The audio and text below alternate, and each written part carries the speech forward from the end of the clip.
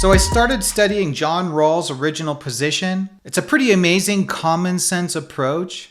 It sort of touches on the notion of inherent human value. Does anybody really have the right to make decisions about you that could lead to your death directly or indirectly? I mean, I'd say no, but what's the real reason for that? Typically, I'd say it's because no single human being created the evolution of life. So there's no ownership of it by us.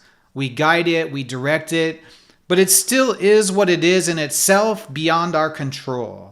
So making decisions that destroy life at large to support what is effectively arbitrary power structures creates a feeling of discontent in measured individuals. The notion of conscious destruction of the machinery that is the root order of our emergence is in some way suicidal. There's all kinds of rationalizations like destruction is part of life, or look, life is cannibalistic at its core, but we can't deny the situational implication.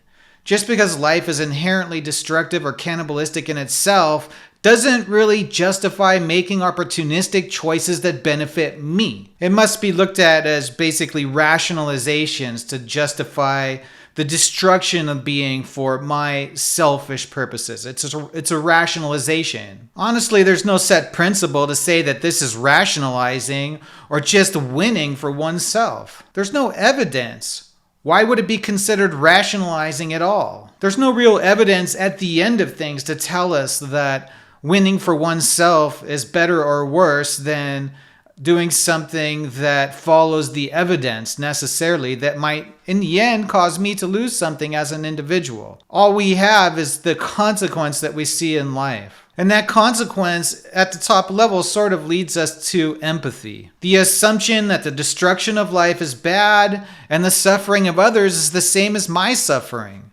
So aversion to suffering and the promotion of life is good. After all, destruction and suffering lead to death, which is cessation of life. When all we have to understand is in the mode of the living, negation of that mode cannot really be seen as good or bad because we don't really know what happens after death. I just think that purpose emerges out of maximizing benefits of the life that we have now, regardless of what happens after death. Then we have to decide, is my life the only life that matters to me, or do the lives of others matter to me? The more particular and smaller your circle is, I think the more unethical it is, and likely to produce direct or indirect suffering for those around you. It just seems like the most common sense first principle is the aversion of suffering and death for all people. The second principle would be to reprimand and exclude those who aren't on board. Why they aren't on board doesn't really matter other than to master their exclusion. Because all that matters is they got the most basic principle wrong. Let's talk about Rawls' original position.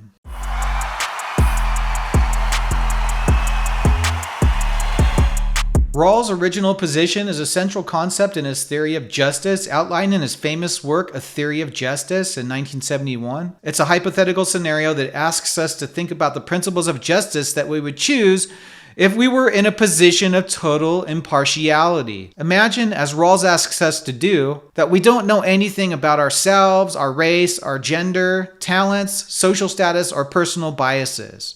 We're behind a veil of ignorance. In this position, we must design the rules for a society we are about to enter. We're not aware of what role we will play in that society, and so we're motivated to create fair principles that will benefit everyone. Since we don't know if we'll be rich or poor, healthy or sick, powerful or weak, why is this original position so important? Rawls argues that because we would be ignorant of our specific circumstances, we would choose principles of justice that protect the worst off in society. Equal liberty principle.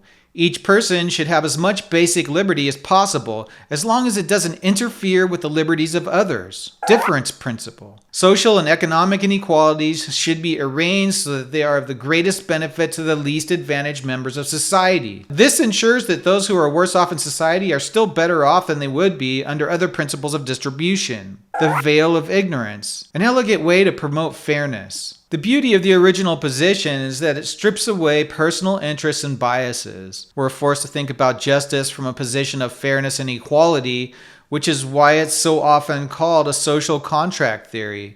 The idea that we as rational beings would all agree to these principles if we did not know our place in the social hierarchy. In essence, Rawls' original position asks us to consider justice as if we were equal members of a society, not knowing whether we will be privileged or disadvantaged in the end. It's a thought experiment that encourages us to choose fairness for all, especially for those less fortunate. So Rawls, I think people know that I'm basically an advocate of universal humanism, so I wanted to compare Rawls' original position to universal humanism. Rawls' original position, justice as fairness.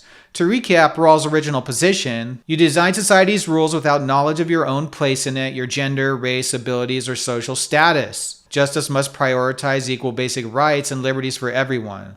The difference principles, social and economic inequalities are only justified if they benefit the least advantaged members of society. The emphasis here is on fairness. Rawls wants a just society that ensures the least fortunate are as well off as possible, given inevitable inequalities. This notion aligns with egalitarian principles of a belief in protecting those who might otherwise be left behind the natural ebb and flow of social forces. Universal humanism, a modern approach to equality and dignity. Now, regarding universal humanism, it's a modern philosophical and ethical standpoint that elevates the dignity and rights of all individuals, often transcending cultural, racial, national, and religious boundaries. It emphasizes the universal nature of human rights and collective responsibility for ensuring everyone's well-being, often informed by human rights declarations, such as the United Nations Universal Declaration of Human Rights. Key tenets of universal humanism: intrinsic human dignity. Every human has intrinsic human rights and should be treated with respect and fairness, no matter their identity or circumstances. Universal rights. Everyone, regardless of background, has a right to basic freedoms such as the freedom of speech, freedom of assembly, and access to education and healthcare. Solidarity and empathy. There's a focus on global interconnectedness and solidarity. The well-being of one person affects the well-being of others,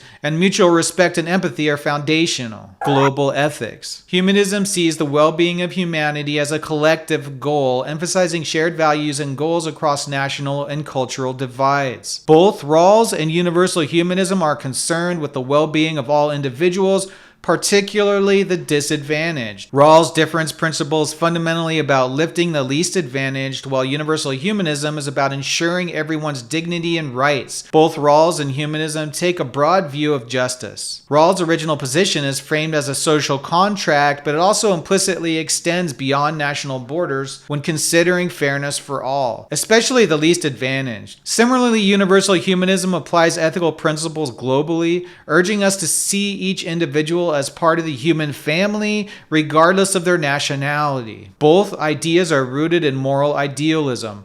Rawls' theory, by its very design, assumes that we would choose justice if we did not know our social role. This is an aspirational vision. Similarly, universal humanism aims for a utopian world where equality, rights, and dignity are universally upheld, even if it has not yet been fully realized. Rawls begins with a social contract and a veil of ignorance. He presumes rational self-interest when formulating the ideal principles of justice. His theory is aimed at creating a fair distribution of resources and liberties within a society. Universal humanism, however, starts with a moral standpoint that transcends the social contract. It emphasizes that human dignity and rights are not to be earned or bargained for. They are inherent to human beings. Humanism takes a more philosophical, often global approach, arguing for moral duty to respect and uphold these values across cultures and societies. Rawls' theory of justice primarily focuses on fairness, specifically ensuring that the least advantaged are not left behind. It's about creating a just society by balancing inequalities in a fair and reasoned way. Universal humanism puts greater emphasis on intrinsic human dignity and universal human rights. It doesn't just care about fairness and distribution, but about ensuring that every individual's inherent worth is respected regardless of their circumstances or social standing. And I just wanted to throw this out there. Yeah, universal humanism is a moral standpoint. It's an inclusive standpoint. It stands on the fact that just because you're born into a system that's larger than all of us, you have inherent rights that no single individual or entity can just decide to eliminate, other than triage situations in which they're choosing between two balanced evils, you know? I mean, those kinds of decisions are deterministic, but the point being that sometimes people do break the contract, and we can't keep applying universal humanism when the person next to us wants to kill us. So we have to also think about the paradox of tolerance too. If you guys like this kind of philosophical subject matter, help us out by liking the video and subscribing to the channel.